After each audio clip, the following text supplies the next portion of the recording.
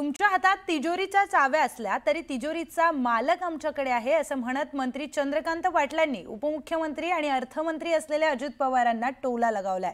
कोल्हापूरच्या मुरगुडमध्ये प्रचार सभेदरम्यान चंद्रकांत पाटलांनी हे विधान केलंय। तिजोरीचा मालक आमच्याकडे असल्यामुळे विकासाची काळजी करू नका असं आश्वासन चंद्रकांत पाटलांनी मतदारांना दिलंय। राज्याच्या तिजोरीच्या चाव्या आपल्याकडे आहेत, कुणाला निधी द्यायचा आणि कुणाला नाही हे आपल्या हाती असल्याचं वक्तव्य नुकतंच राष्ट्रवादीचे नेते अजित पवारांनी केलं होतं। त्यावरून आता चंद्रकांत पाटील यांनी टोला लगावलाय।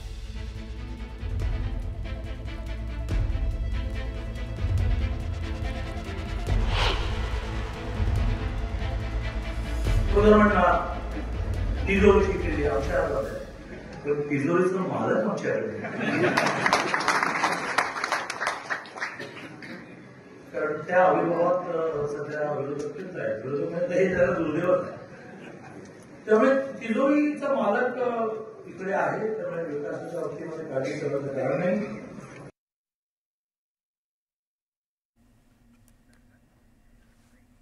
आणखी एक ब्रेकिंग न्यूज समोर येते। अंबरनाथ नगर परिषदेच्या निवडणुकीमध्ये दोन्ही पक्षात थेट सामना रंगणार आहे।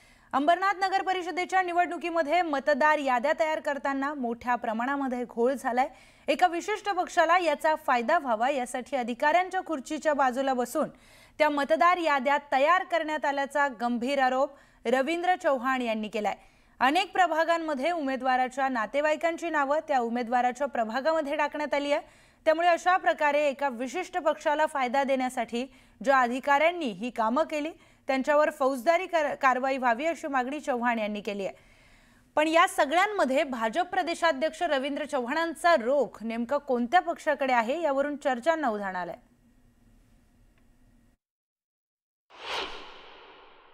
संबंधित ज्या अधिकाऱ्यांनी हा जो घोळ केलाय त्यांच्या खुर्च्यांच्या बाजूला बसून या याद्या तयार करण्याचं काम झालंय, हा आमचा आरोपच आहे। तर त्यांनी या सगळ्या सुधाराव्यात, अन्यथा यांच्यावरती सर्वांवरती ज्यांनी हे केलंय त्यांच्या सर्वांवरती कायदेशीर कारवाई करावी असं आमचं स्वतःचं सर्वांचं मत आहे। आता आम्ही त्या संदर्भातला जो अर्ज आहे, तक्रारी अर्ज जो आहे तो तक्रारी अर्ज पार्टी म्हणून हा करणार आहोत। काही प्रभागांमध्ये तिथली असणारी नावं ही कुठेतरी बाहेर फेकून देण्याचं काम हे करण्यात आलं की जेणेकरून त्याचा पॉलिटिकली फायदा हा कोणाला तरी दुसऱ्या पक्षाला होऊ शकतो। मला नाही असं वाटत की त्यांनी शिवसेनेला टोला लगावलेला आहे। ते भारतीय जनता पार्टीचे प्रदेशाध्यक्ष आहेत। अशा पद्धतीची शंका जर त्यांना आली असेल किंवा आली असती तर थेट त्यांनी एकनाथ शिंदे साहेबांशी संपर्क साधला असता किंवा मुख्यमंत्री महोदयांशी साधला असता। त्याच्यामुळे त्यांचं वक्तव्य कोणाबद्दल होतं हे मी त्यांना विचारून मग आपल्याशी बोलेन। पुढची बातमी पाहूयात। भाजप शिंदेंच्या शिवसेनेचे 35 आमदार फोडणार आणि 29च्या विधानसभा निवडणुकीपूर्वी सर्वांना भाजपमध्ये सामील करून घेणार असा दावा काँग्रेस प्रदेशाध्यक्ष हर्षवर्धन सपकाळ यांनी केलाय। तर धनंजय मुंडेंना वाल्मिक कराडची आठवण होणं म्हणजे तेच आका होते हे स्पष्ट होणं आहे असं देखील सपकाळ म्हणाले।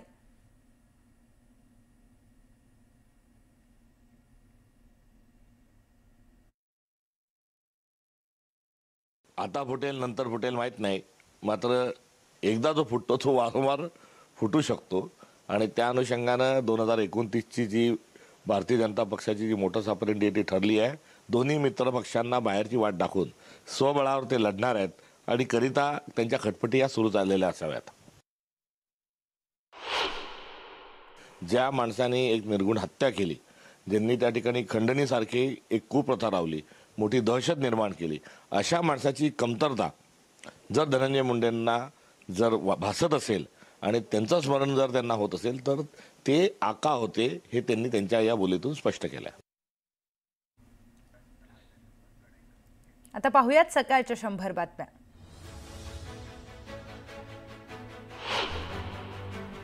सुषमा अंधारे यांच्या दिल्लीतील भेटीवरून ठाण्याचे खासदार नरेश म्हस्के यांनी सस्पेन्स वाढवणारं विधान केलंय. सर्वच पक्षांचे लोक भेटायला येतात, त्या भेटीत काय चर्चा झाली हे आत्ता सांगणं योग्य नाही, मात्र वेळ आल्यावर त्याबाबत सविस्तर भाष्य करेन असं म्हस्के म्हणाले. सांगलीच्या जतमध्ये नगर परिषदेसाठी महाविकास आघाडीकडून प्रचाराचा शुभारंभ झालाय. काँग्रेसकडून या ठिकाणी नगराध्यक्षपदासाठी सांगली बाजार समितीचे सभापती सुजय शिंदे यांना उमेदवारी देण्यात आली. भाजप, राष्ट्रवादी, अजित पवार गट, शिवसेना, शिंदे पक्ष आणि महाविकास आघाडी अशी चौरंगी लढत इथे पार पडणार आहे. वाशिमच्या मालेगाव नगरपंचायत नगराध्यक्षपदासाठी महायुतीमधील भाजप, शिवसेना आणि राष्ट्रवादी हे घटक पक्ष, त्याचबरोबर महाविकास आघाडीमधील काँग्रेस तसेच बहुजन वंचित आघाडी आपला उमेदवार निवडणूक रिंगणामध्ये उतरवलाय. या निवडणुकीमध्ये मोठी चुरस निर्माण झाली असून अखेरच्या क्षणी तिरंगी लढत होण्याची शक्यता आहे.